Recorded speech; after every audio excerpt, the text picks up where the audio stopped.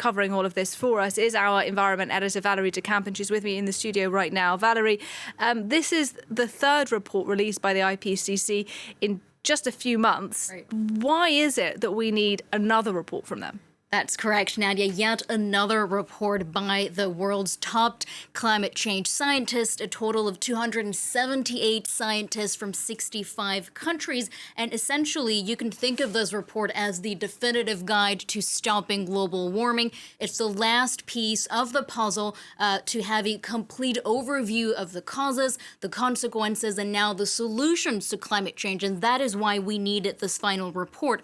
It looks at what we call mitigation. So how we can reduce greenhouse gas emissions, how to make the world carbon-free to limit the impacts of climate change. And so, as you said, this is the third in a series of reports. The first part was devoted to the science, the causes of climate change, which was released back in the summer, followed by a second report on the impacts, how we can adapt to a changing climate.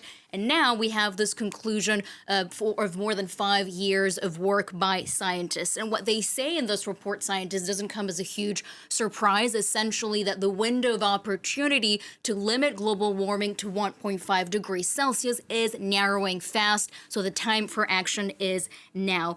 In their conclusion, though, they say they were encouraged by climate action being taken around the world, but efforts, of course, need to be taken up, ramped up across the world and applied more widely. The IPCC chair just saying just now that we have the tools and the know-how required to limit global warming. So at last, maybe a climate report with a bit of optimism here.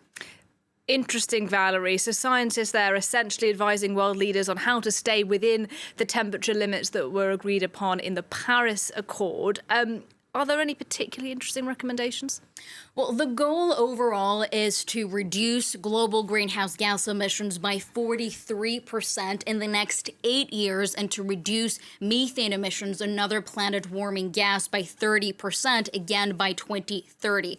How do we get there? Nothing new under the sun here from this report. We already know the secret formula, and that is a major energy shift to phase out fossil fuels, widespread electrification, improve energy efficiency. We also need to use alternative sources of energy like hydrogen, put an end to deforestation, as we know that forests are a huge carbon sink. So again, nothing major here.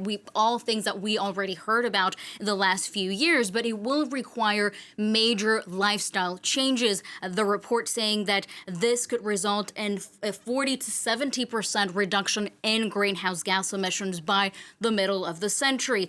Cities are also on the front lines, according to the report. IPCC scientists saying that this is where we could reduce the most greenhouse gas emissions if we consume less energy, if we build zero emissions buildings in more walkable cities, for example.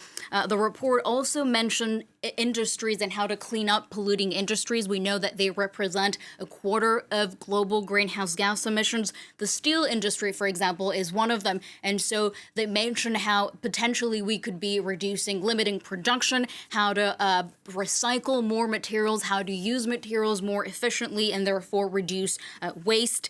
You might be thinking, Nadia, this all sounds great, but without the money, how do we, to help us undergo some of these major transformations, what's the point? The good news in this report is that according to IPCC scientists, there is enough capital and liquidity in the world to help us do all of that. So in other words, we have the solutions now. Governments and businesses need to get their act together. All right, Valérie Dekimpe, our Environment Editor. Thanks very much.